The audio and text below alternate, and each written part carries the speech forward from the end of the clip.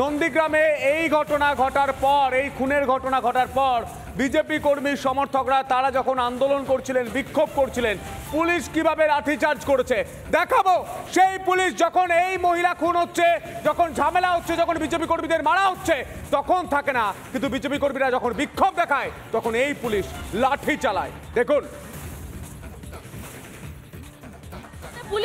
Police কিন্তু তেড়ে আসছে, যারা বিজেপি কর্মী সমর্থক ছিল তাদেরকে কিন্তু এই মুহূর্তে তাড়া করছে, তারা কিন্তু মারার চেষ্টা করছে, লাঠি চার্জ করছে। এই মুহূর্তে ছবি দেখো, রিপাবলিকে একদম এক্সক্লুসিভ তাড়া করছে, তারা এই মুহূর্তে মেরে তাড়ানো হচ্ছে। নন্দীগ্রামে এই মুহূর্তে রণক্ষেত্র পরিস্থিতি, পুলিশ এবং র্যাব কিন্তু এই মুহূর্তে কিন্তু ধরপাকড় চালানো হচ্ছে। পুলিশ এবং র্যাব অবরোধ ওঠানোর চেষ্টা করছে, এই মুহূর্তে তুলে নিয়ে যাওয়া হচ্ছে যে বিজেপি কর্মীরা এই মুহূর্তে ছিলেন। কি পরিমাণে পুলিশ এই মুহূর্তে তুমি দেখতে পাচ্ছ সন্তু, একবারে অগ্নিগর্ভ পরিস্থিতি। গতকাল বিজেপি কর্মী কি এলো পাতারি কপ, তারপরে বিজেপি কর্মীর মৃত্যু হয়। এই মুহূর্তে সেন্ট্রাল ফোর্স স্যার কি আপডেট রয়েছে একটু জানান না। কালকে কি ডাকা হয়েছিল স্যার? হ্যাঁ নিশ্চয়ই, কিন্তু আমরা তো দেখতে পেলাম না স্যার। এরকম কটা দোকান এফেক্টেড,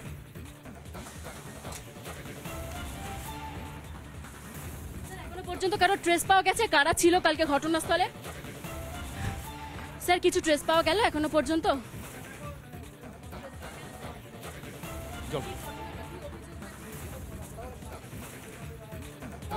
কোনো দমকল দেখতে পাইনি। তবে আমরা যে মুহূর্তে খবর সম্প্রচার করি, প্রশ্ন তুলি যে গোটা এলাকা এইরকম পরিস্থিতি, কোনো কি কন্ট্রোলিং ব্যবস্থা রয়েছে? তারপরে আমরা দেখতে পেলাম পুলিশ একেবারে এই জায়গায় তেড়ে এলো, র্যাব তার সঙ্গে বিএসএফ। ছবিটা একটু দেখানোর চেষ্টা করব। র্যাফের তরফ থেকে কিন্তু এই মুহূর্তে আগুন নেভানোর চেষ্টা করা হচ্ছে এবং এই দোকানের পাশে যে সমস্ত জলের জারগুলো ছিল সেই জার দিয়ে কিন্তু এই মুহূর্তে আগুন নেভানোর চেষ্টা চালানো হচ্ছে। গোটা এলাকায় কিন্তু পুলিশে ছয়লাভ। আমি আরও একটা ছবি দেখানোর চেষ্টা করবো মোহিত, যে আগুনটায় বেশি আগুন জ্বলছিল, যে দোকানটায় বেশি আগুন চলছিল, তুমি একটু সেই দোকানটা একটু দেখানোর চেষ্টা করো, সেখানে কোনো রকম ব্যবস্থা হয়েছে কিনা। যে আরও একটি দোকানে আগুন লেগেছে তাতে কিন্তু কোনো রকম ব্যবস্থা করা হয়নি। দমকলের কোনো রকম ব্যবস্থা রয়েছে কিনা আমরা কিন্তু এখানকার পুলিশকে জিজ্ঞেস করি এবং তিনি স্পষ্ট জানান ব্যবস্থা করা হয়েছে, কিন্তু গতকাল যেখানে আগুন লাগে সেখানে আজকে প্রায় কটা বাজে এখন ঘড়ির কাঁটায়, প্রায় এখন এই মুহূর্তে 12টা বেজে গিয়েছে, 12:19 বাজে। এখনো পর্যন্ত সেই আগুন দাউ দাউ করে চলছে, কোনো রকম ব্যবস্থা নেই প্রশাসনের। অদ্ভুত এই চিত্র। নন্দীগ্রামে দুদিন পর ভোট রয়েছে আর এই ভোটের আগে এই দশা, তাহলে নন্দীগ্রামে সুষ্ঠু নির্বাচন হবে কি করে? এই প্রশ্নটাই কিন্তু এই মুহূর্তে উঠছে, যেখানে র্যাবকে জল দিতে হচ্ছে গ্লাসের সাহায্য করে, যেখানে পরপর বাড়িতে আগুন লেগে গিয়েছে, দোকানে আগুন লেগে গিয়েছে। এইরকম একটা অগ্নিগর্ভ পরিস্থিতি নন্দীগ্রামে। সেখানে আমরা আসার পরেও দেখলাম কার্যত ঠায় দাঁড়িয়ে রয়েছে পুলিশ এবং র্যাব এদিকে আসার কোনো রকম সাহসই করতে পারছে না।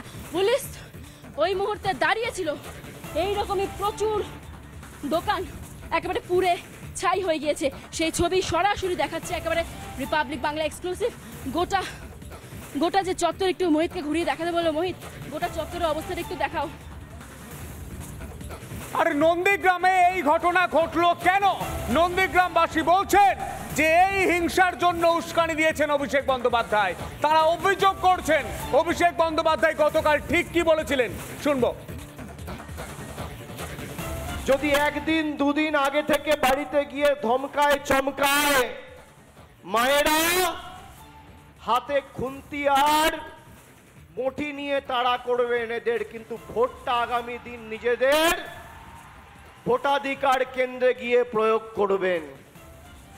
আমি আপনাদের বলছি, এখানে যারা ভাবছে যে 80টা বুথে সন্ত্রাস করব, মানুষকে ভোট দিতে দেব না, আর প্রত্যেকটা বুথে 700-800 ভোট নিয়ে 50,000 ভোট বাড়িয়ে নেব, যারা করবে তার তালিকা আমার কাছে রয়েছে।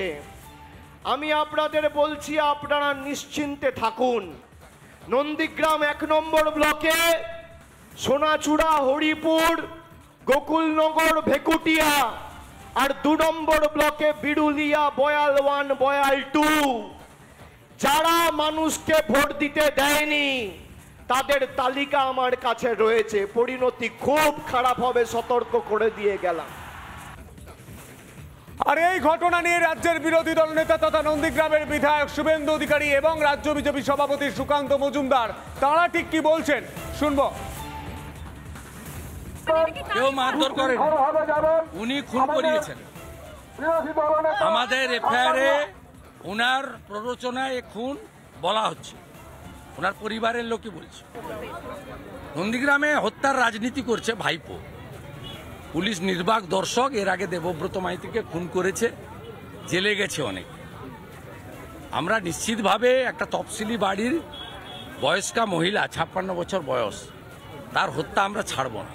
দেবব্রত মাইতির হত্যার শাস্তি যেমন পাচ্ছে গুন্ডারা, রথিবালা আড়ির হত্যারও সমুচিত জবাব এবং শাস্তি প্রত্যুত্তর নন্দীগ্রামের এই দেশ বিরোধী জঙ্গি জেহাদিরা পাবে। পুলিশ প্রতিবাদকারীদের লাঠি উঁচিয়ে সরাচ্ছে নিশ্চিতভাবে। এখানে তো প্রার্থী আক্রান্ত হয়েছিল, এখানে প্রচার করতে দেয়নি কাউকে। এটা কোথাও নেই ভারতবর্ষে, ভারতবর্ষে কোথাও নেই। আর এটা আমরা ভাঙবো। অত্যাচারীরা শেষ কথা বলে না, গণতন্ত্রে মানুষই শেষ কথা বলে। নন্দীগ্রামে যে ধরনের পরিস্থিতি তৈরি করার চেষ্টা করছে, ময়নাতে আমাদের ওখানে বিধায়ক আছেন, নন্দীগ্রামে আমাদের শুভেন্দুদা আমাদের মাননীয় বিরোধী দলনেতা, ময়নাতে আমাদের অশোক দিন্দা বিধায়ক, এই বিস্তীর্ণ এলাকাতে তৃণমূল একটি সন্ত্রাসের রাজত্ব কায়েম করার চেষ্টা করছে। এবং সেটা চেষ্টা করে আমাদের ওখানে প্রার্থী জাস্টিস গাঙ্গুলিকে হারানোর চেষ্টা করার কোনো ত্রুটি তৃণমূল কংগ্রেস রাখছে না। কিন্তু আমাদের মানুষের উপর বিশ্বাস আছে, আমরা এই সন্ত্রাসের মোকাবিলা করব।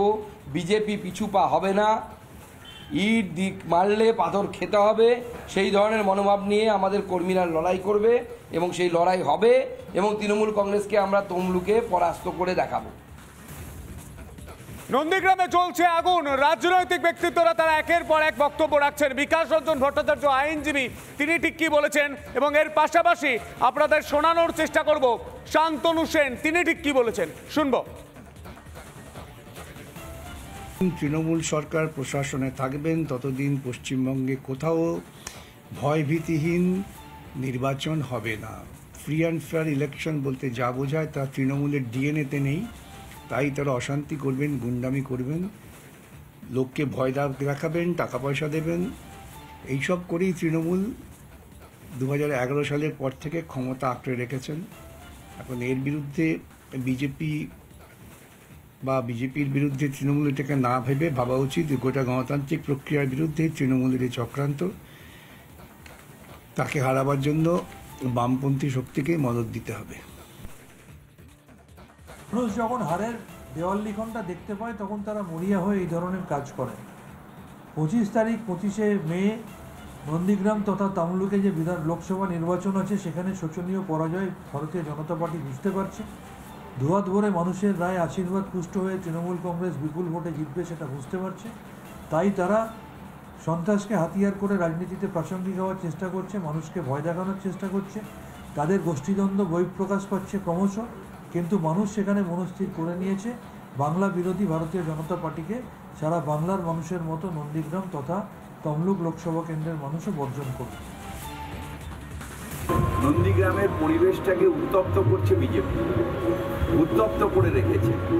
নন্দীগ্রামের সাম্প্রদায়িক একটা সুশ্রী দিয়ে একটা কঠোর মনোভাবাপন্ন কিছু মানুষ তৈরি করেছে। এটা বাংলার সংস্কৃতি নয়। আমরা সবাই মিলে একসাথে থাকবো। এই নন্দীগ্রামের মানুষের জন্য মমতা বন্দ্যোপাধ্যায় কতবার দৌড়েছে। নন্দীগ্রামের মানুষের উপর অত্যাচার হচ্ছিল, বামপন্থীরা সেই সময় লড়াই করেছে। এটা উচিত না। নন্দীগ্রামের মানুষকেও বোঝা উচিত যে রাজনৈতিক উস্কানি যারা বিজেপি দিচ্ছে সেটা ঠিক না। আমরা একসাথে থাকবো।